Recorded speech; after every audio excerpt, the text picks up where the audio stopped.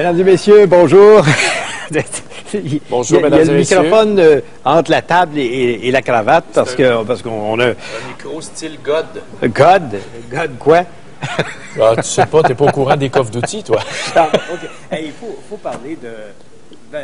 Poutine, le président soviétique, M. Poutine. Oui. As-tu vu les images? Ce matin, la page 3 du Globe and Mail est consacrée à une analyse et à des questionnements sur le geste qu'il a posé. Avais-tu vu le bec sur la bédaine du petit gars? Non, mais c'est-à-dire... Regarde, on va te le montrer. On va te le montrer, là. Puis regarde comment ça s'est passé. Il est sur une place publique. Il se penche avec un petit gars. Il parle avec l'enfant. Et puis, je sais pas, qu'il y a un élan d'amour pour cet enfant-là. Je sais pas trop qu'est-ce qui se passe. Regarde, il prend par la taille. Il prend par la taille, puis regarde bien ça. Regarde ce qu'il va faire. Dégueulasse! Il aurait fait ça à une petite fille, on aurait dit c'était un vieux cochon. Il a fait ça à un petit gars. On se pose la question, voyons, c'est quoi sa tendance à ce monsieur-là? Comment... Regarde ça encore une fois. Il lève le chandail. Premièrement, c'est une agression sexuelle. Ben non, Ben voyons donc, moi, je vais faire ça à quelqu'un sur la rue, je vais y lever le chandail, voyons donc. Donner un petit bec comme ça, puis... Non, mais il y a beaucoup de questions actuellement. Puis là, il dit, lui, c'est un geste d'amour naturel. Spontané. C'est comme si j'avais pris un petit chat dans mes mains. Ah oui? Il aime les animaux, il y a un amour pour les animaux. C'est comme si j'avais pris un petit chat, j'ai embrassé le petit chat, j'ai pris le petit Essaye de gars. faire ça ici, là, au coin de la non, rue, ici. non. Tu vas te faire ramasser par la police. Surtout avec un inconnu. Puis là, il paraît que l'enfant, sais-tu quoi? Il s'est pas lavé depuis. Il trouve que c'est un souvenir extraordinaire d'avoir les lèvres de Poutine. Tu sais, moi, les chefs politiques là, qui font de la cour aux enfants, là, parce que ça paraît bien pour les images, là, il y a peut-être un excès, mais les chefs politiques qui viennent aussi des services secrets, j'ai un peu de misère avec ça. Il faut juste se rappeler Edgar Hoover. Oui, qui était... qui était un désaccès notoire. En tout cas, on ne saura jamais le fond de l'histoire, mais il y avait un documentaire qui avait été fait, C'est fou qui nous gouverne. Hein? C'est fou qui nous gouverne. On a une preuve ce matin. Bon, parlant de ceux qui nous gouvernent, les deux nôtres étaient en vacances, étaient en voyage. Oui, excusez-moi, c'est pas ça que je voulais dire. Non, ils étaient en voyage. D'abord, Stephen Harper qui était à Washington. On aurait dit deux larrons en foire, lui, puis George W. Bush. C'est une rencontre qui va très bien. On a donné des exemples d'uniformes de la GRC en cadeau, plus une ceinture du Stampede. La ceinture du Stampede. Les deux sont porteurs de bottes de cowboy. Oui. Fait que, donc, Chuck Guité aussi, d'ailleurs. Je sais pas si c'est une référence. C'est pas certain que ces gens-là voudraient se faire comparer à Chuck Guité. En tout cas, du moins, M. Harper. Au niveau de la bédaine, je pense que ça se compare avantageusement. Lequel est le pire entre Stephen Harper et Chuck Guité? Mais la relation avec les États-Unis va toujours mieux quand c'est pas le Parti libéral qui est au pouvoir. Oui. Ensuite, même du temps de Trudeau. Hein? Ben, faut-il se rappeler que Pierre-Éliott Trudeau, quand il est arrivé au pouvoir, il était interdit aux États-Unis. Pourquoi? Parce qu'il était allé à Cuba? Parce qu'il est allé en Chine.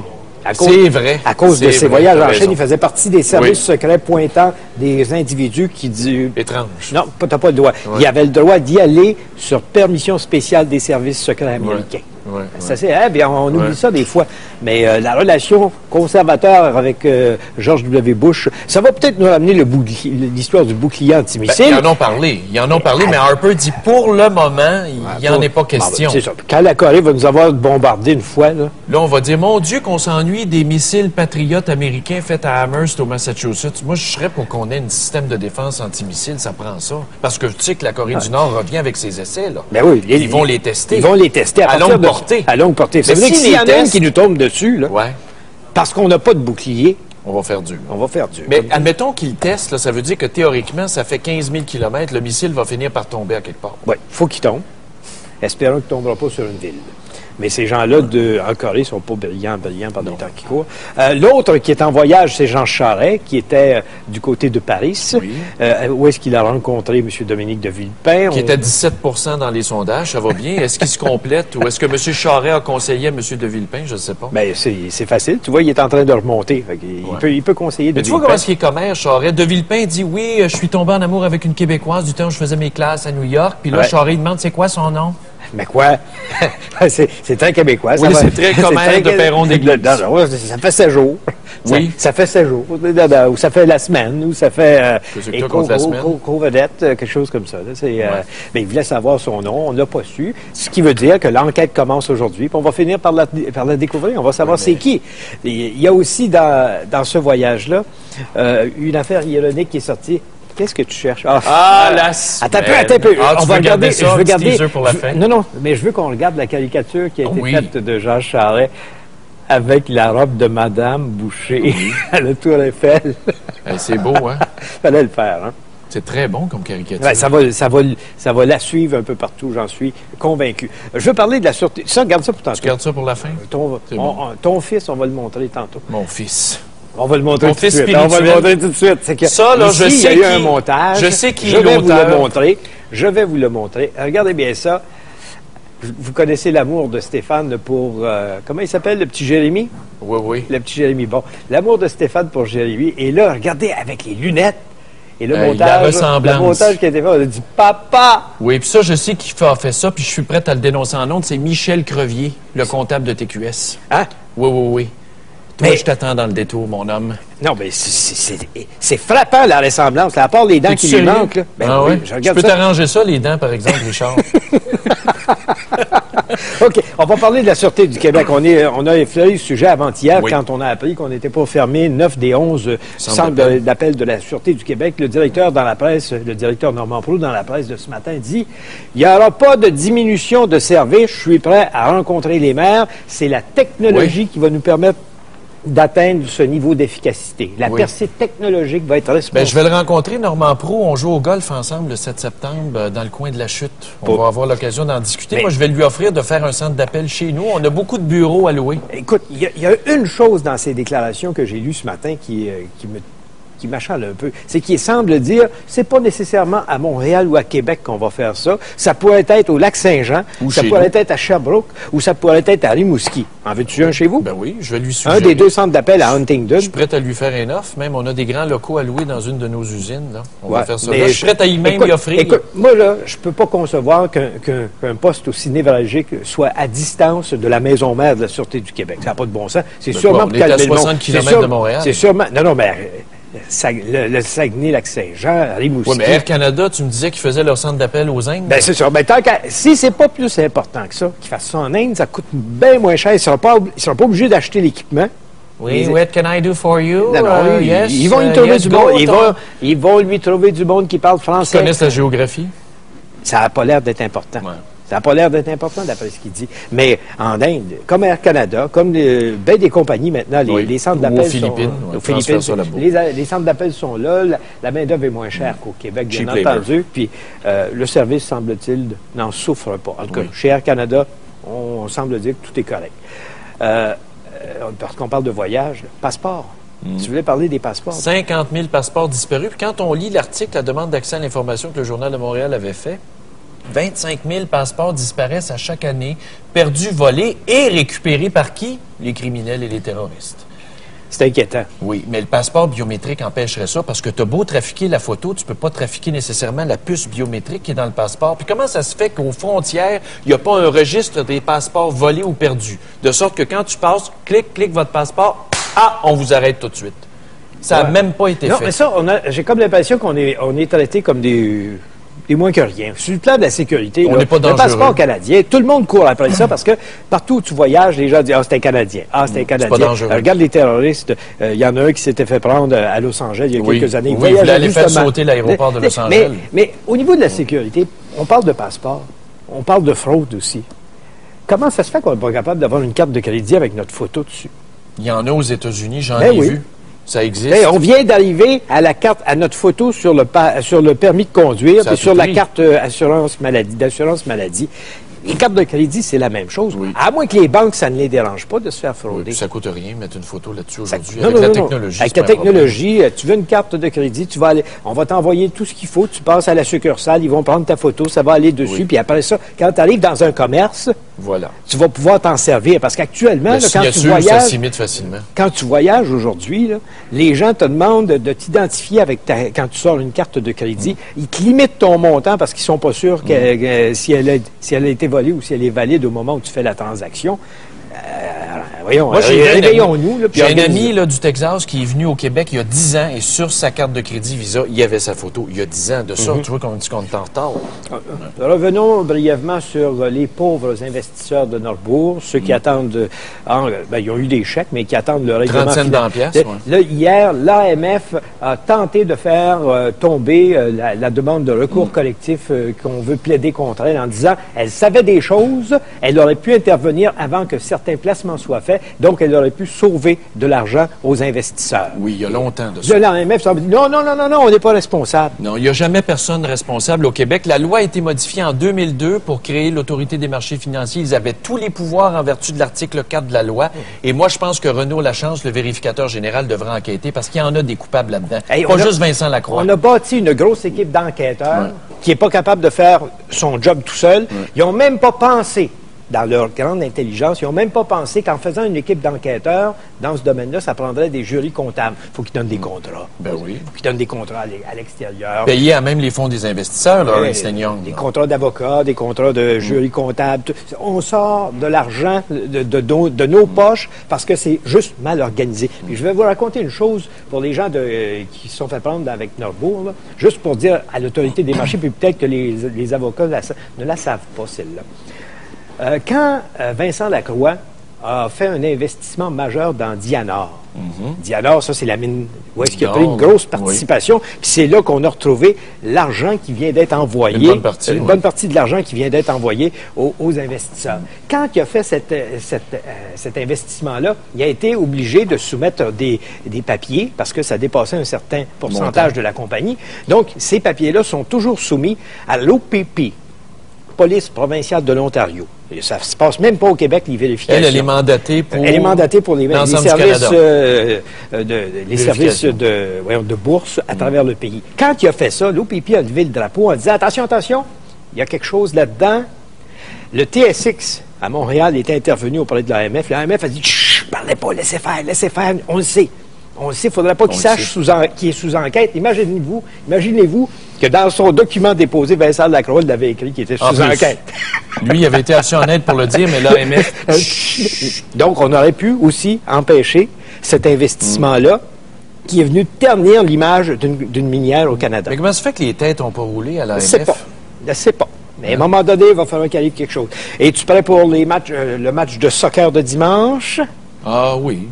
Ça n'a pas l'air de t'exciter. La ville de Montréal saute comme ça. La planète saute pour le soccer. Oui, mais la planète saute. Non, attention. La planète saute parce que c'est très in maintenant de parler de soccer. Tout le monde est dans le vent. Mais je mets n'importe qui au défi, là, dans le détail, de m'en parler autant qu'ils peuvent en parler du hockey des Canadiens. Ben oui, mais c'est pas la même période, là, c'est l'été, puis on aime ça. T'es pas excité par ça. Donne-moi donc les 5 meilleurs buteurs. Je connais pas les gens. Voilà. Ben, je connais pas les joueurs du Canadien. Donc t'as pas la fièvre, toi? Oui, j'ai la fièvre. T'as la fièvre du soccer parce que les femmes sont belles? Non, ben c'est parce que c'est un sport qui est extraordinaire. Tu parlais d'une belle Portugaise. Oui. Tu les vois, les gens qui sont là pour les pays. Mais là, c'est la France contre l'Italie. Tu vas prendre pour qui? Ben, je vais prendre pour l'Italie. Fiu. Non, mais je ne sais pas. Mesdames, messieurs, je vous annonce qu'on ne se chicanera pas là-dessus. Je prends moi aussi pour l'Italie. Ben, les femmes du Nord en Italie sont très belles. OK. Non, sais-tu pourquoi je prends pour l'Italie? Pourquoi? Parce que le party va être plus agréable en milieu italien à Montréal qu'en milieu français. Mais le Mât des Oliviers, c'est un restaurant français ou italien? Français. Mais les gens qui y travaillent sont français pour la plupart. Les serveurs. Puis? On va me faire engueuler. C'est quoi le problème? Écoute, je viens de prendre pour l'Italie. OK. Je pensais que tu avais de quoi dire sur les serveurs. Non, je vais me faire engueuler. Bon, on va parler de bouffe ce matin. Je ne sais pas si vous avez vu la bonne bouffe. Oui, mais as-tu vu la bonne bouffe de Thierry Darès tout à l'heure? C'était bon, hein? On y a goûté. Oui. Mais ce matin, ce qu'on lit dans les journaux, c'est qu'on mange mal. Les gens mangent mal. Tu regardes le journal La Presse, l'assiette qu'on nous a montrée, les chiffres qui sont à l'intérieur, là, qui nous disent, je regarde ça, qui nous disent que 19% des gens de 17 à 30 ans déjeunent pas le matin. C'est vrai. Moi, je prends un bon Coke diète le matin, ça me fait des bulles. Es-tu malade? Oui, c'est vrai. Tu fais ça pour vrai? Je prends un Coke diète, puis c'est assez. Mesdames, messieurs, je dois vous annoncer une chose. Ici, dans la rue, on travaille depuis des années. Et là, ça s'en vient. Ça s'en vient. Ils viennent de commencer à faire le trottoir. Si vous en parlez des bruits qui viennent de l'extérieur, c'est que il y a du gros équipement. J'espère que ça va être fini un jour. Ça n'a pas de bon sens. Les élections s'en viennent. Il y a beaucoup de travaux qui s'en viennent. Bon, alors revenons à l'histoire de la bouffe, parce qu'on veut savoir des gens ce matin s'ils mangent. Parce que la Statistique Canada vient nous dire que le monde mange mal. Donc, si vous mangez mal, il y a une raison à ça. Bon, on va essayer de la découvrir, puis on va essayer d'échanger avec vous là-dessus. On va essayer de se faire comme plan de travail, là. Pourquoi vous mangez mal? Est-ce que c'est parce que vous manquez de temps? Parce que vous êtes paresseux, que ça ne vous tente pas d'y penser?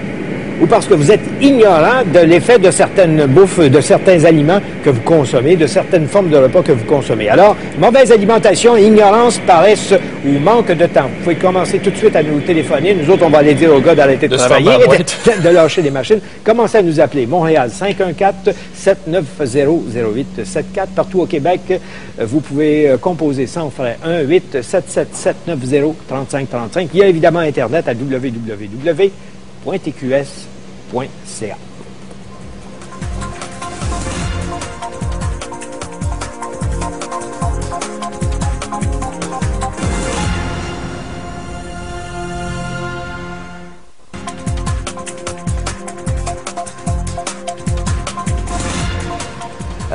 Toi qui t'alimentes dans le genre hamburger puis frites chez McDo. De temps en temps. Si tu sais quoi des fruits et des légumes? Ah ben oui. Est-ce que tu en achètes? Ben, ma femme en achète, pas moi. Je n'ai pas le temps de faire l'épicerie. Non, mais t'en manges. Oui, oui. Depuis que ma femme a arrêté de travailler, j'ai découvert une alimentation santé merveilleuse. Des bons petits plats, c'est merveilleux. La maison est propre. J'ai redécouvert un nouveau chez soi. Ah bon? Eh bien, parce que quand tu regardes le monde faire de l'épicerie, c'est du surgelé, du rapide. Tu te demandes comment ils font ça. Ils s'en vont dans le surgelé, ils s'en vont dans le rayon des grosses bouteilles de boissons gazeuses. Toi, t'en bois en plus. Moi, j'en bois pas de ça. Qu'est-ce que tu bois, toi? Tu bois du scotch? De l'eau. Non, je bois de l'eau. Je bois de l'eau. Mais as-tu vu l'étude, justement, sur ceux qui font du surplus de poids, les obèses? C'est rapporté dans le Devoir, en page 2. Les obèses ne sont pas si heureuses que ça, et les gros aussi, là. Apparemment, ils ont des problèmes d'humeur. Fait qu'en changeant l'alimentation, ça pourrait nous redonner une joie de vivre. C'est pourtant simple d'y penser, puis de se faire une... Mais c'est là la question. Est-ce que c'est... Ça demande de l'effort. Ben c'est ça. C'est probablement que vous êtes paresseux. Ceux qui mangent mal, c'est probablement que vous êtes paresseux. Ou on manque de culture culinaire aussi. Là. Tu sais, je veux dire, Thierry Darès, là, c'est un exemple, là, mais ça fait pas longtemps qu'on a des grands chefs qui nous montrent comment manger. C'est assez récent. On a tellement tendance à copier les Français sur un paquet de choses, les Européens sur un certain nombre de choses. Puis on a l'impression que quand c'est le temps de manger, ce sont les Américains qui nous... Puis as-tu vu la hausse des cas de diabète aussi? La hausse des cas de diabète font en sorte qu'on doit contrôler notre alimentation de plus en plus. Moi, je devrais, en principe, suivre un régime. OK. Mais là, sur notre question, avant de prendre vos appels, on a en ligne avec nous Gaston Derue, qui est reconnu comme étant une très bonne fourchette, mais qui a dû enligner son alimentation. Gaston Derue, bonjour. Bonjour Richard, bonjour le voisin. Stéphane, bonjour. Stéphane. Normalement, quand on fait le trottoir, ça fait moins de bruit. Oui, mais... le marteau pilon. Le marteau pilon. Quand on parle des Canadiens qui mangent mal, on voit ça comme titre dans à peu près tous les journaux ce matin. Est-ce que vous avez vu, Gaston, un changement de la façon d'être des Canadiens au restaurant ou à table chez eux au cours des dernières années? Bien sûr, mais à tous les 10 ans, on fait toujours un rapport qui est négatif. On apprend aussi. D'ailleurs, le médecin dit bien, il y a le Dr. Vanas qui dit qu'à un moment donné, cette étude-là, il manque bien des éléments aussi. Tous les pays industrialisés ont des problèmes d'obésité. Même les Méditerranéens, maintenant, on pense aux gens qui sont sur la côte française et les Grecs ont des problèmes de poids, d'obésité aussi. C'est venu sur le tard pour eux. Pourquoi, d'après vous? C'est le stress de la vie, c'est de ne pas prendre soin de son alimentation. Il y a un livre qui a été écrit qui est extraordinaire sur la santé dans son assiette. Moi, je suis diabétique et c'est ça. Et je dois vous dire que j'ai suivi tous les régimes possibles. J'ai perdu 2 tonnes, comme Ginette Renault, dans ma vie. C'est toujours un combat perpétuel aussi avec ça. Il y a des gens obèses qui disent « J'ai perdu 60 livres dans l'année, mais je les ai repris. » ensuite, un autre 60. C'est un combat quotidien. C'est un régime de vie aussi qu'on doit adopter. Les gens mangent beaucoup plus de fruits, de légumes qu'avant, mais moi, j'habite tout près d'une fruiterie et il y a des itinérants qui viennent chercher des fruits et des légumes pour s'alimenter. Mais il y a eu énormément de progrès qui ont été faits en ce qui concerne les aliments. Vous allez dans les marchés, maintenant, les gens font leurs emplettes avec beaucoup de choses. Par contre, il y a un problème chez les écoliers qui mangent du fast-food. On est en train de corriger ça dans les écoles. C'est une question il faut pas devenir non plus le Dalai Lama de la nourriture. Je pense qu'il faut un équilibre, puis à un moment donné, être formé dès la jeunesse, dès qu'on est jeune, à bien s'alimenter. C'est une question d'éducation. Est-ce que ça part de la base? Ça devrait partir de l'école, ça? Ben oui, mais c'est une question de moyens aussi, de revenus. Vous savez, il y a des familles à faible revenu ont peut-être pas toujours les moyens de se payer des légumes, des fruits, surtout lorsqu'on n'est pas en saison. Et bon, ça dépend de l'éducation des gens. Mais le fast-food, Gaston, le fast-food, les plats surgelés avec des gras trans, tout ça, c'est pas gratuit. Là. Non. Il y a eu des choses. Moi, je dis que c'est la quantité qu'on mange. Si vous mangez 3 hamburgers par jour avec 3 assiettes de patates frites, bon, bien sûr que vous êtes à risque aussi. Mais moi, à un moment donné, je me punis pas. Je me récompense en disant j'ai envie de manger un bon Big Mac ou peu importe. J'y vais. J'ai envie de manger. Ben oui, pourquoi pas que pourquoi ça deviendra un fardeau? De temps en temps? De temps en temps, je vais manger un bon morceau de gâteau au chocolat, et puis après ça, pendant quelques semaines, je vais faire attention, je vais manger beaucoup de fruits. Mais à chaque fois que vous faites ça, vous jouez avec le feu, dans votre cas? Non, pas nécessairement. Non. C'est pas habituel. Okay. Moi, le problème que j'ai, c'est le beurre, parce que je suis un type du beurre, je suis pas du tout margarine, mais les quarts gras, j'aime le beurre aussi. J'aime le sucré, mais c'est une habitude aussi. Alors, je fais attention. Ma femme est extraordinairement bonne cuisinière. Il y a les portions aussi qui sont importantes. Moi, je fais à manger, c'est les portions. Oh, oui. Pour ça que vous appelez, on sait que vous aimez ça. Moi, j'aimais des fois manger un steak, c'est manger un bœuf. Alors, il faut tout... Mais moi, j'ai une question pour vous, M. Leroux, parce que moi aussi, je suis diabétique, puis dans mon enfance, je mangeais très mal en général. Est-ce qu'il y a un lien entre le fait qu'on a une mauvaise alimentation et la hausse des cas de diabète? Oui, probablement aussi. L'alimentation est importante dans le diabète aussi. Bon, il y a des choses héréditaires, des facteurs héréditaires. Oui. Donc, mais l'alimentation est vraiment une chose importante. Et ce qui était étonnant, de toute façon, j'ai appris j'ai mal mangé au début parce que ma mère, c'était effrayant. Comme cuisinière, c'était pas mangeable ce qu'elle faisait. Elle faisait bouillir tout. Alors, il n'y avait pas de goût, pas de saveur. Oui. Et puis, c'est plus tard, dans la vingtaine, que j'ai appris à goûter à certains légumes, à éviter certaines sauces, à faire de bons mariages entre le vin et les mets. C'est comme le vin aussi. Le vin est un antioxydant exceptionnel. Bon, si vous en prenez une bouteille par semaine, ça va. Si vous en prenez 10 bouteilles, Jean Lapointe va vous recevoir. Alors, c'est une question de modération aussi. Richard, tu sais très bien, à un moment donné, comment est-ce qu'on a de la difficulté, surtout dans ton travail que tu fais. Tu as été toujours très actif. Et à un moment donné, on ne prend pas le temps de... Oui, mais c'est un peu ça. Les gens doivent se dire, j'ai pas le temps de bien organiser leur repas. C'est pas de la paresse, c'est le temps qui nous mène. C'est ça le problème. Oui, je sais, mais ce qui est formidable, moi j'ai appris ça. Ça fait quelques années que je le fais. Je fais mes courses en fin de journée. Je prends mon temps après le travail, je peux me le permettre, et je vais choisir mes aliments pour le souper. Et souvent, je suis tenté par des choses qui sont extrêmement fraîches et saines. Ouais. Alors des légumes, des fruits, et puis à un moment donné, une viande qui n'est pas grasse. C'est tout. Mais on ne peut pas se priver. Écoutez, les gens qui ont un barbecue chez eux, est-ce qu'ils ont fait un achat inutile? Ça dépend de l'utilisation qu'on en fait. Vous savez, il y a toutes sortes d'articles qui sortent. Le cancer, le café est à l'origine du cancer. Puis finalement, le café aide. Il y a toujours, c'est une espèce de balance qui essaye sans cesse. C'est une question de jugement et de raisonnement. Et au Québec, on est le royaume des diététistes. C'est vrai. On a l'impression que dans les autres pays, on n'a pas ce genre de préoccupation que nous avons. On a changé la religion pour la diététique. C'est vrai. Oui. Alors, ça a commencé du micelle, passé au livre de diète. Oui. Alors, en terminant, Gaston, vous avez parlé d'un livre. Si quelqu'un nous écoute ce matin, là, qui veut avoir une base de travail pour juste manger correctement dans le futur, vous avez parlé d'un livre. Est-ce que c'est celui-là que vous le recommandez? La santé dans son assiette, c'est une diététiste française d'origine russe qui l'a fait. Vous avez trouvé ça en librairie. Et il y a une foule de diététistes qui ont publié des ouvrages au Québec qui sont très sérieux. En particulier l'Association Diabète Québec a un excellent ouvrage qui est fait là-dessus. Et on n'a pas besoin d'être diabétique pour suivre ce qu'il dit. Ben non, pas du tout. Mais il faut faire attention pour ne pas le devenir. C'est tout simplement ça. Okay. Gaston Leroux, merci beaucoup. Merci beaucoup, Richard, et fais attention avec ton diète Pepsi. Merci. Merci. Bonne santé, bon appétit. Alors, je vous rappelle la question qu'on pose aujourd'hui. Mauvaise alimentation, on en parle dans tous les journaux ce matin. Est-ce que c'est par ignorance, par paresse ou par manque de temps que vous mangez mal, si vous êtes de ceux-là? Si vous êtes de ceux-là.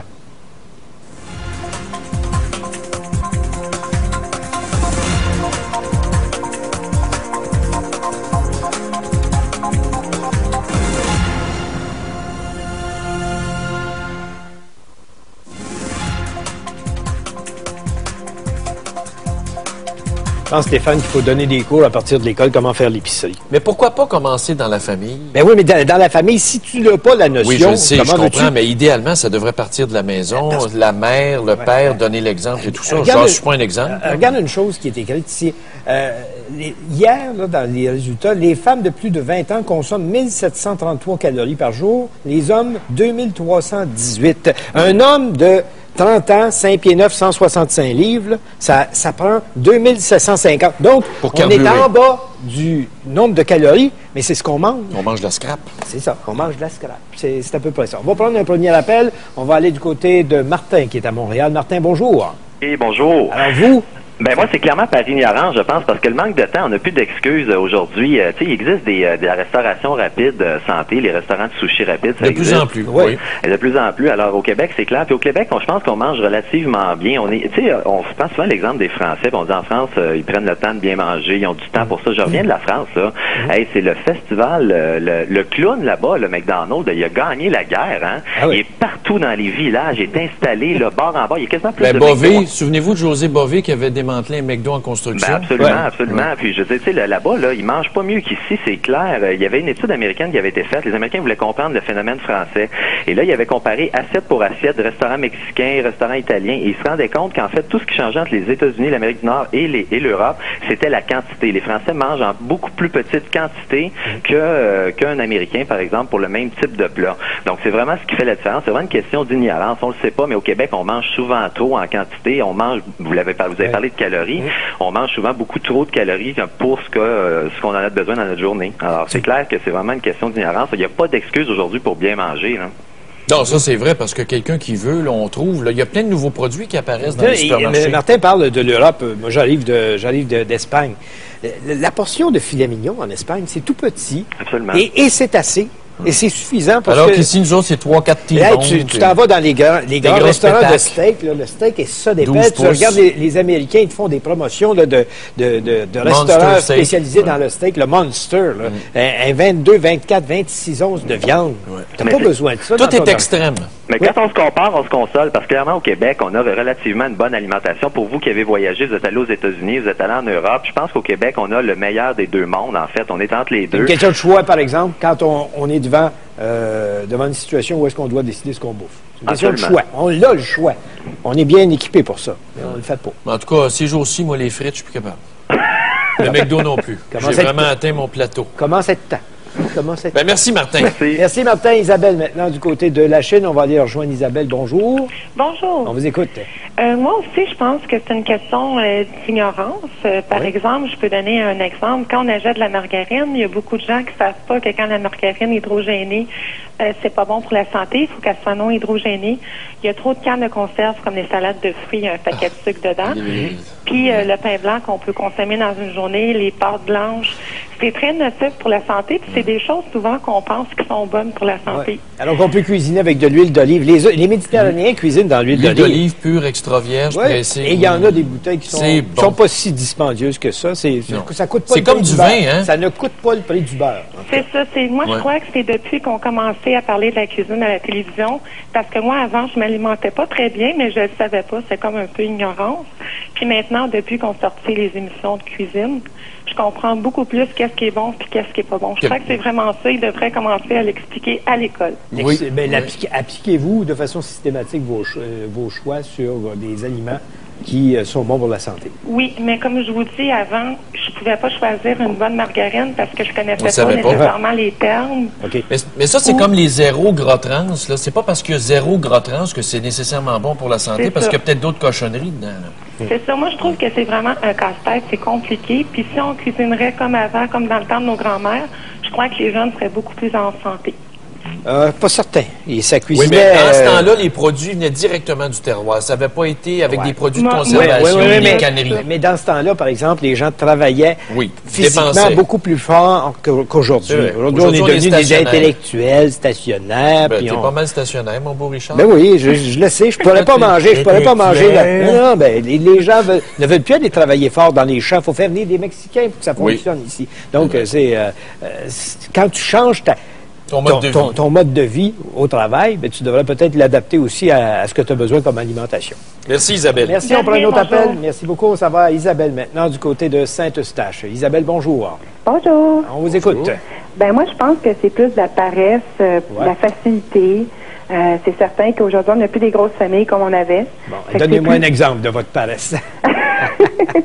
Ben, je sais pas, si je me rends au McDo, j'ai ça en peut-être 10 minutes, puis mon repas il est déjà servi. J'ai pas besoin de le concocter ou de prendre 1 heure pour le préparer. Oui, puis ça tombe comme une roche dans l'estomac après, mais que je voulais. C'est vrai, c'est rapide. J'avais un courriel.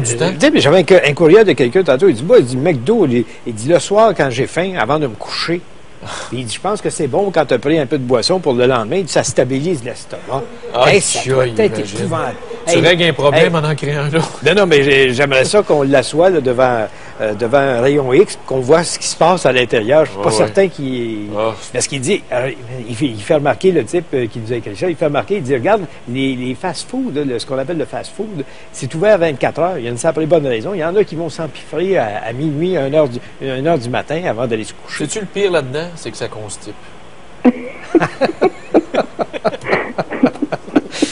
Merci Isabelle. Merci Isabelle de votre intervention. On fait une courte pause. On parle ce matin de la mauvaise alimentation. Les Canadiens, il paraît qu'on n'est pas bon là-dedans, qu'on est tout croche. Alors, mauvaise alimentation, est-ce par ignorance, par paresse ou par manque de temps?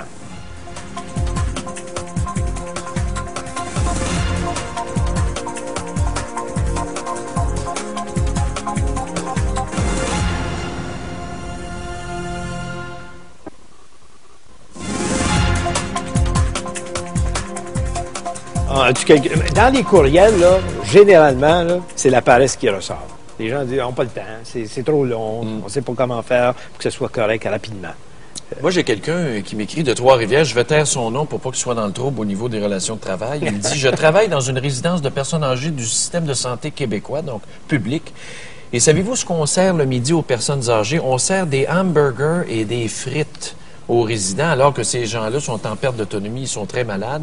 Ici, Vince Carré de Wabush, depuis janvier, j'ai été diagnostiqué diabétique et ça lui a donné la chance de revoir son alimentation. Et quand tu regardes ingrédients sur la boîte et tu vois sucre en premier, ça veut dire que le sucre est l'ingrédient principal et ça va par ordre décroissant. Donc, c'est une bonne façon de vérifier la qualité. Ouais, j'ai ici Mme Robichaud qui dit on n'a pas été éduqués à manger sainement, on travaille trop, on est trop pressé, on n'a pas le goût de se mettre à papoter quand on vient du bureau. Donc, on manque de temps. Puis elle dit c'est long papoter. C'est pas si long. Il y en existe des recettes qui se font en 15 minutes. Lesquelles? Oh, tu peux en trouver. Lesquels? James Oliver. James Oliver. C'est qui ça, James Oliver? C'est un gars qui écrit des livres de recettes. C'est un Européen. Nomme-moi 5. Tu peux faire des pâtes en 5 minutes. Tu peux faire des piments, ça prend 5 minutes. Comment tu fais ça, tes piments? Quand est-ce que tu as cuisiné la dernière fois? Régulièrement, je cuisine à tous les jours. Oui, qu'est-ce que tu fais? Je cuisine à tous les jours. Ton dernier mets? Qu'est-ce que j'ai mangé hier? Qu'est-ce que tu t'es cuisiné?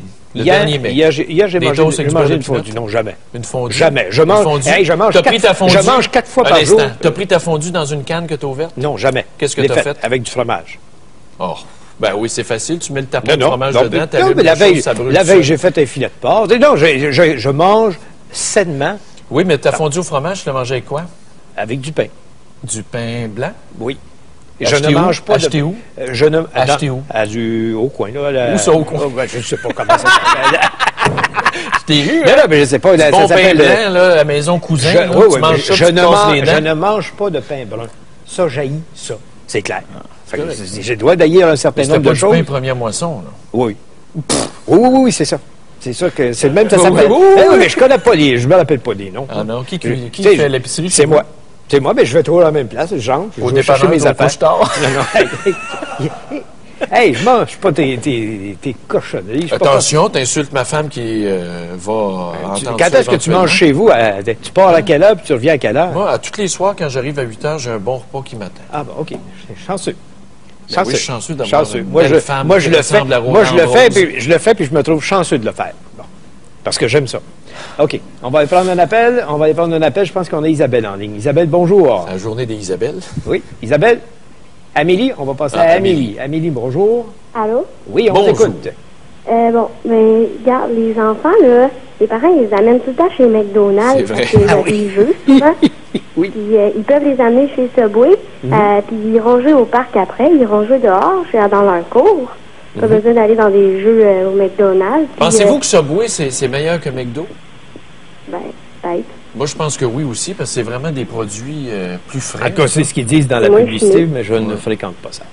Puis après ça, dans une école secondaire, moi je suis dans une école secondaire, puis ils disent qu'ils veulent faire de la bonne bouffe, mais regarde, les enfants sont toujours portés à aller dans le côté du fast-food, parce que je vois ça, là, la ligne, là, à 10 minutes dans le côté fast-food, puis dans le côté des bons repas santé, il y a 3 personnes. Amélie, vous avez quel âge? 12 ans. Et vous êtes consciente de ce qui se passe sur le plan de l'alimentation? Ben oui. Mais Amélie, quand vous allez à l'école, préférez-vous les menus santé ou vous allez dans la bouffe rapide? Ben, j'amène mon lunch aussi. Ah, voilà. C'est vrai que ça peut faire la différence. Et qu'est-ce qu'il y a dans votre boîte à lunch? Un sandwich. OK. Avec quoi? Du jambon. Est-ce qu'on vous donne des fruits, des légumes? Oui. Oui. Les consommer ou les donner aux amis? Non, je les garde. Qui fait votre lunch, Amélie? Est-ce que c'est vous ou c'est votre mère? C'est moi. C'est vous. Ma mère, elle achète toutes les affaires bonnes pour la santé pour les mettre dedans là. Toi, t'en as la preuve que ça part de la famille? Oui, ça peut partir. Ça peut très bien partir de la famille. Mais quand la famille a la conscience... Oui. Elle a été bien élevée, cet enfant-là. Est-ce que les autres enfants vous en parlent de ce que vous choisissez comme aliment par rapport à ce qu'eux aiment au goût dans ce qu'on appelle la restauration rapide? Là? Ben, il y en a, c'est ça, des collations. Ils vont s'amener une montagne de chips puis des... ou des Rice Krispies en carré, là, qui collent après les dents, là. Ouais, avec du sucre autour. Oui. Mais vous, là, est-ce que vous vous faites niaiser par les autres avec votre boîte à lunch ou les gens... Non, pas en tout, là. Ils vont manger puis... c'est bon. Ça leur dérange pas, là. Ils disent rien. Ben, merci, Amélie. Bravo, continuez. Bravo. On va à la Geneviève maintenant, à Montréal. Geneviève, bonjour. Bonjour. On vous écoute. Oui, moi j'aurais 2 points à faire ce matin. Oui. Le premier, c'est que ce que vous mettez à l'écran comme choix, c'est les choix que les gens vont souvent donner, les raisons qu'ils vont donner, mais selon moi, c'est des raisons de surface. Okay. C'est-à-dire que c'est une forme d'excuse qu'on se donne. Creusons maintenant. Pardon? Creusons. Oui, exactement. En fait, je pense qu'il y a beaucoup une question de mauvaise gestion des émotions qui est en arrière de la malbouffe. Oui. C'est-à-dire que quand les gens disent « je manque de temps », le manque de temps nous amène à être stressés. Et est-ce que c'est pas notre sentiment de stress qui nous amène à aller consommer rapidement, aller consommer de la mauvaise nourriture? Ce que j'entends, moi je suis thérapeute, alors ce que j'entends souvent les gens me raconter, c'est ils vont manger par culpabilité, ils vont manger parce qu'ils sont stressés, parce qu'ils se sentent pas bien dans leur peau, parce qu'ils ont des choses à se reprocher, parce qu'ils sont frustrés de certaines situations, ils n'ont pas le contrôle. Et ils ont appris à se récompenser ou se calmer par la nourriture. Ou à l'inverse aussi, parce que moi, des fois, quand j'ai un stress ou je suis en maudit, j'arrête de manger. Oui, donc, l'inverse est vrai sûrement. Oui, exactement. Et le deuxième point que je voulais amener, c'est effectivement, moi, je suis d'accord que ça vient beaucoup de la famille.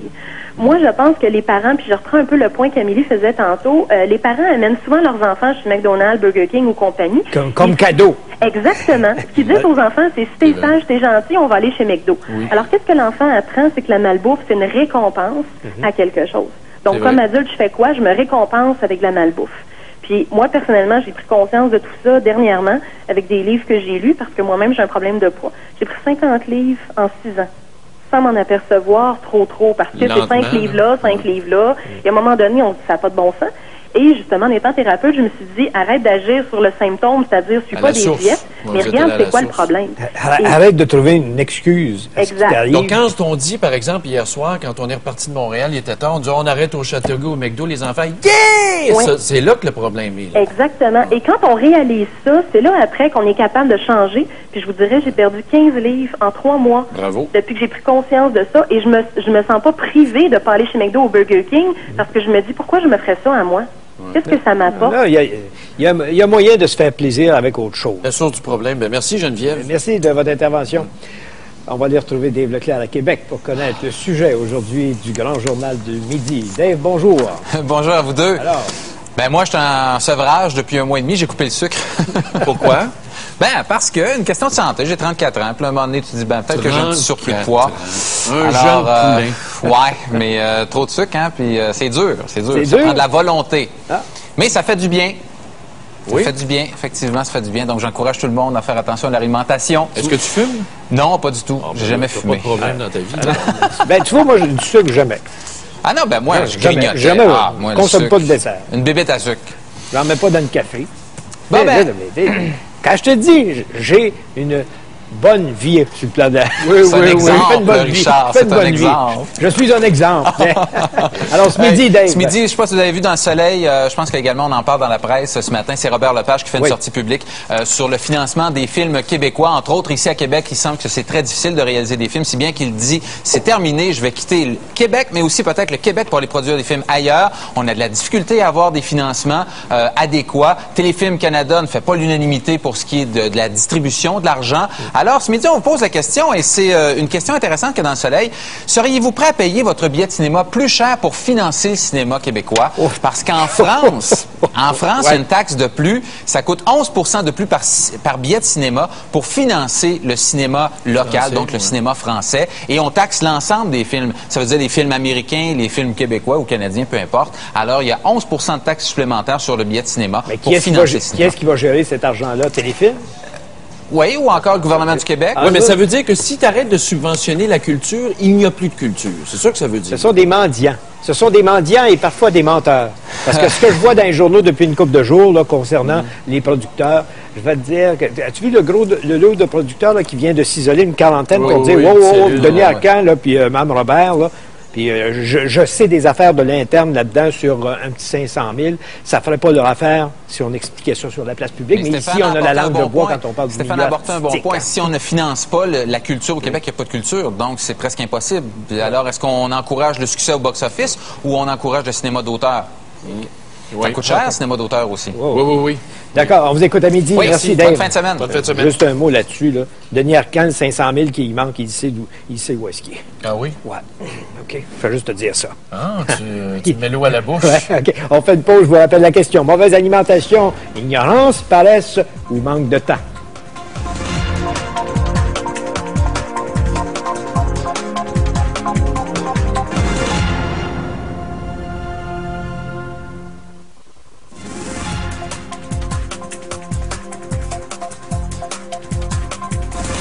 Ah, notre ami Steve Milo d'Halifax nous dit « Le manque de temps est une excuse. C'est l'excuse des lâches. Parce qu'au fond, si on veut vraiment se prendre en main avec la santé, il n'y a pas de négociation à faire. On le prend le temps. Quelqu'un veut, tu le trouves le temps. La preuve, tu vas sur les couches-tard à tous les jours. Dans un des courriels que j'ai reçus, dans un des courriels que j'ai reçus, la personne dit c'est parce que les enfants, aujourd'hui, les parents ne les tolèrent plus dans la cuisine. Fait qu'ils vieillissent puis ils ne savent pas faire à manger. Qu'est-ce que tu veux dire, ne les tolèrent plus dans la cuisine? Toi, va écouter la télévision au lieu de regarder comment... Ah, la fameuse télévision. La fameuse télé. Va-t'en sur l'ordinateur là, pendant que je fais à manger. T'apprends pas. On se demande pourquoi les enfants sont sur le Ritalin. Va-t'en devant la télévision, voir un meurtre aux 10 secondes. Ouais, ou à peu près. Bon.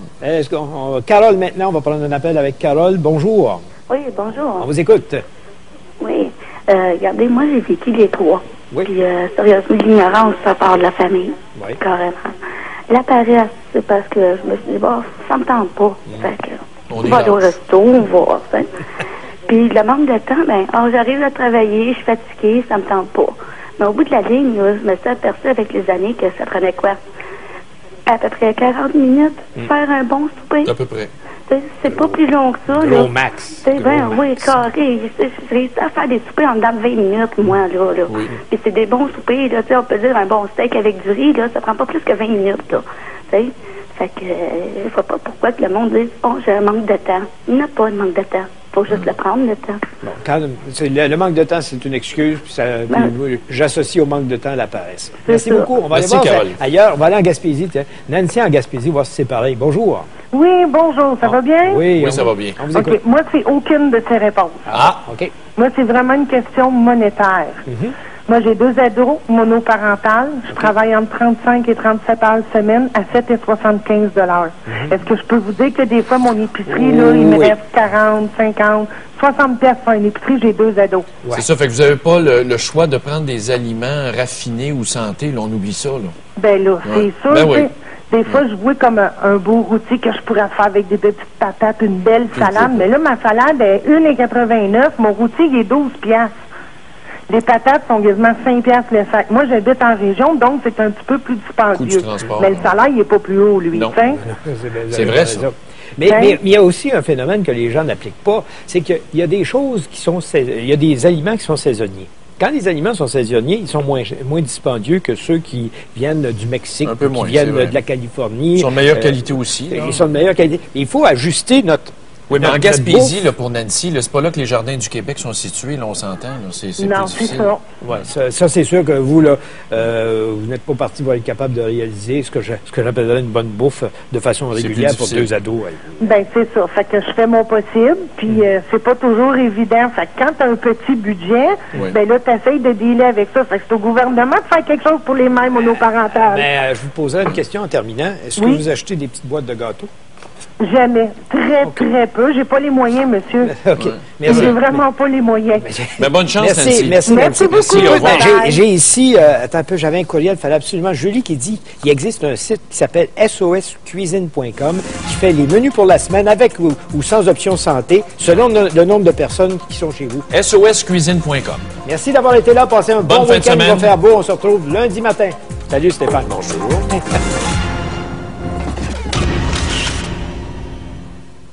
Un inconnu. Puis là, il paraît que l'enfant, sais-tu quoi? Il s'est pas lavé depuis. Il trouve que c'est un souvenir extraordinaire d'avoir les lèvres de Poutine. Moi, les chefs politiques là, qui font de la cour aux enfants, là, parce que ça paraît bien pour les images, là, il y a peut-être un excès, mais les chefs politiques qui viennent aussi des services secrets. J'ai un peu de misère avec ça. Il faut juste se rappeler Edgar Hoover. Oui, qui était un désaccès notoire. En tout cas, on ne saura jamais le fond de l'histoire, mais il y avait un documentaire qui avait été fait, C'est fou qui nous gouverne. Hein? C'est fou qui nous gouverne. On a une preuve ce matin. Bon, parlant de ceux qui nous gouvernent, les 2 nôtres étaient en vacances. Non, étaient en voyage.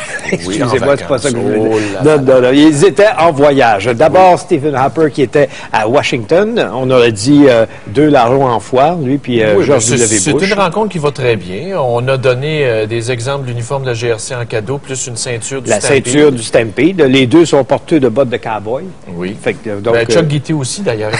Je sais pas si c'est une référence. Pas certain que ces gens-là voudraient se faire comparer à Chuck Guité. En tout cas, du moins, M. Harper. Au niveau de la bédaine, je pense que ça se compare avantageusement. Lequel est le pire entre Stephen Harper et Chuck Guité? Mais la relation avec les États-Unis va toujours mieux quand c'est pas le Parti libéral qui est au pouvoir. Ensuite, même du temps de Trudeau, hein? Faut-il se rappeler que Pierre-Éliott Trudeau, quand il est arrivé au pouvoir, il était interdit aux États-Unis. Pourquoi? Parce qu'il était allé à Cuba? Parce qu'il est allé en Chine. C'est vrai. À cause de ses voyages en Chine, il faisait partie des services secrets pointant des individus qui disent... Étrange. Non, t'as pas le droit. Il avait le droit d'y aller sur permission spéciale des services secrets américains. On oublie ça des fois. Mais la relation conservateur avec George W. Bush, ça va peut-être nous ramener l'histoire du bouclier antimissile. Ils en ont parlé, mais Harper dit pour le moment, il n'y en est pas question. C'est ça. Quand la Corée va nous avoir bombardé une fois, là on va dire, mon Dieu, qu'on s'ennuie des missiles patriotes américains faits à Amherst, au Massachusetts. Moi, je serais pour qu'on ait un système de défense antimissile, ça prend ça. Parce que tu sais que la Corée du Nord revient avec ses essais, là. Ben oui. Ils vont les tester. Ils vont les tester à longue portée. À longue portée. Ça veut dire que s'il y en a une qui nous tombe dessus, là, parce qu'on n'a pas de bouclier, on va faire dur. On va faire dur. Mais admettons qu'ils testent, là, ça veut dire que théoriquement, ça fait 15 000 km, le missile va finir par tomber à quelque part. Oui, il faut qu'il tombe. Espérons qu'il ne tombera pas sur une ville. Mais ces gens-là en Corée ne sont pas brillants pendant le temps qui court. L'autre qui est en voyage, c'est Jean Charest, qui était du côté de Paris. Où est-ce qu'il a rencontré M. Dominique de Villepin? Qui est à 17 % dans les sondages, ça va bien. Est-ce qu'il se complète ou est-ce que M. Charest a conseillé à M. de Villepin? Je ne sais pas. Bien, c'est facile. Tu vois, il est en train de remonter. Il peut conseiller de Villepin. Tu vois comment est-ce qu'il est commère, Charest? De Villepin dit, oui, je suis tombé en amour avec une Québécoise du temps où je faisais mes classes à New York. Puis là, Charest demande, c'est quoi son nom? Mais quoi? c'est très québécois. Oui, c'est très commère de Perron d'église. Ça fait 7 jours. Oui. Ça fait 7 jours. Ou ça fait la semaine, ou ça fait co-vedette, quelque chose comme ça. Mais il voulait savoir son nom, on n'a pas su. Ce qui veut dire que l'enquête commence aujourd'hui, puis on va finir par la découvrir. On va savoir c'est qui. Il y a aussi dans ce voyage-là une affaire ironique qui est sortie. Qu'est-ce que tu cherches? Attends un peu. On va regarder ça, je veux garder pour la fin. Non, mais je veux qu'on regarde la caricature qui a été faite de Jean Charest avec la robe de Madame Boucher à la Tour Eiffel. C'est beau, hein? Fallait le faire, hein? C'est très bon comme caricature. Ouais, ça va la suivre un peu partout, j'en suis convaincu. Je veux parler de la sûreté. Ça, garde ça pour tantôt. Tu gardes ça pour la fin? Ton fils, on va le montrer tantôt. Mon fils. On va le montrer tout de suite. On va le montrer tout de suite. C'est que ça, là, ici, je sais il y a eu un montage. Je sais qui est l'auteur. Je vais vous le montrer. Regardez bien ça. Vous connaissez l'amour de Stéphane pour... comment il s'appelle, le petit Jérémy? Oui. Le petit Jérémy. Bon, l'amour de Stéphane pour Jérémy. Et là, regardez, avec les lunettes. Et le montage qui a été fait, on a dit « Papa! » Oui, puis ça, je sais qui a fait ça, puis je suis prêt à le dénoncer en ondes. C'est Michel Crevier, le comptable de TQS. Hein? Oui. Toi, je t'attends dans le détour, mon homme. Non, mais c'est frappant, la ressemblance. À part les dents qui lui manquent. Là. Oui, je peux t'arranger ça, les dents, par exemple, Richard. OK. On va parler de la Sûreté du Québec. On a effleuré le sujet avant-hier quand on a appris qu'on n'était pas fermé 9 des 11 centres d'appel de la Sûreté du Québec. Le directeur dans la presse, le directeur Normand Proulx dans la presse de ce matin dit « Il n'y aura pas de diminution de service. Je suis prêt à rencontrer les maires. C'est la technologie qui va nous permettre d'atteindre ce niveau d'efficacité. La percée technologique va être responsable. Je vais le rencontrer, Normand Proulx. On joue au golf ensemble le 7 septembre dans le coin de la Chute. On va avoir l'occasion d'en discuter. Moi, je vais lui offrir de faire un centre d'appel chez nous. On a beaucoup de bureaux à louer. Écoute, il y a une chose dans ces déclarations que j'ai lues ce matin qui m'achale un peu, c'est qu'il semble dire c'est pas nécessairement à Montréal ou à Québec qu'on va faire ça. Ça pourrait être au Lac-Saint-Jean, ça pourrait être à Sherbrooke ou ça pourrait être à Rimouski. En veux-tu un chez vous? Ben oui, je vais lui suggérer. Un des 2 centres d'appel à Huntingdon. Je suis prêt à lui faire un offre. Même, on a des grands locaux à louer dans une de nos usines. Là. On va faire ça. Là, je suis prêt à y offrir. Écoute, moi, là, je peux pas concevoir qu'un poste aussi névralgique soit à distance de la maison mère de la Sûreté du Québec. Ça n'a pas de bon sens. C'est sûrement on est à 60 km de Montréal. C'est sûrement... Non, mais... le Saguenay-Lac-Saint-Jean, Rimouski. Oui, mais Air Canada, tu me disais qu'ils faisaient leur centre d'appel aux Indes. Bien, c'est ça. Ben, si c'est pas plus important que ça, qu'ils fassent ça en Inde, ça coûte bien moins cher. Ils ne seront pas obligés d'acheter l'équipement. Oui, what can I do for you? Non, ils vont lui trouver du monde. Ils vont lui trouver du monde qui parle français. Ils connaissent la géographie. Ça n'a pas l'air d'être important. Ouais. Ça n'a pas l'air d'être important, d'après ce qu'il dit. Mais en Inde, comme Air Canada, comme bien des compagnies maintenant, les centres d'appel sont... Les centres d'appel sont là, la main-d'œuvre est moins chère qu'au Québec, bien entendu. Puis le service, semble-t-il, n'en souffre pas. En tout cas, chez Air Canada, on semble dire que tout est correct. Parce qu'on parle de voyage, passeport. Tu voulais parler des passeports? 50 000 passeports disparus. Puis quand on lit l'article, la demande d'accès à l'information que le Journal de Montréal avait fait, 25 000 passeports disparaissent à chaque année, perdus, volés et récupérés par qui? Les criminels et les terroristes. C'est inquiétant. Oui, mais le passeport biométrique empêcherait ça parce que tu as beau trafiquer la photo, tu peux pas trafiquer nécessairement la puce biométrique qui est dans le passeport. Puis comment ça se fait qu'aux frontières, il n'y a pas un registre des passeports volés ou perdus? De sorte que quand tu passes, clique votre passeport, on vous arrête tout de suite. Ça n'a même pas été fait. Non, mais ça, j'ai comme l'impression qu'on est traité comme des moins que rien. Sur le plan de la...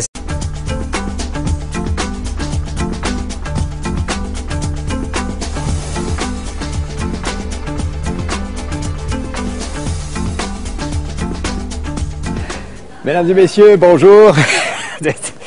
Bonjour, mesdames et messieurs. Il y a le microphone entre la table et la cravate parce qu'on a... Un micro style God. God quoi? Tu sais pas, t'es pas au courant des coffres d'outils, toi. OK. Hey, il faut parler de M. Poutine, le président soviétique, M. Poutine. Oui. As-tu vu les images? Ce matin, la page 3 du Globe and Mail est consacrée à une analyse et à des questionnements sur le geste qu'il a posé. Avais-tu vu le bec sur la bédaine du petit gars? Non, c'est-à-dire... Regarde, on va te le montrer. On va te le montrer, là. Puis regarde comment ça s'est passé. Il est sur une place publique. Il se penche avec un petit gars. Il parle avec l'enfant. Et puis, je sais pas, un élan d'amour pour cet enfant-là, je sais pas trop qu'est-ce qui se passe. Regarde, il prend par la taille. Il prend par la taille, puis regarde bien ça. Regarde ce qu'il va faire. Dégueulasse! Il aurait fait ça à une petite fille, on aurait dit c'était un vieux cochon. Il a fait ça à un petit gars, on se pose la question, voyons, c'est quoi sa tendance à ce monsieur-là? Comment, regarde ça encore une fois. Il lève le chandail, c'est une agression sexuelle. Ben non. Ben voyons donc, moi, je vais faire ça à quelqu'un sur la rue, je vais y lever le chandail, voyons donc. Donner un petit bec comme ça, puis... Non, ben, il y a beaucoup de questions actuellement. Puis là, il dit, lui, c'est un geste d'amour naturel. Spontané. C'est comme si j'avais pris un petit chat dans mes mains. Ah oui? Il aime les animaux? Il y a un amour pour les animaux? C'est comme si j'avais pris un petit chat, j'ai embrassé le petit chat, j'ai pris le petit gars. Essaye de faire ça ici, là, au coin de la rue, non. Tu vas te faire ramasser par la police. Surtout avec un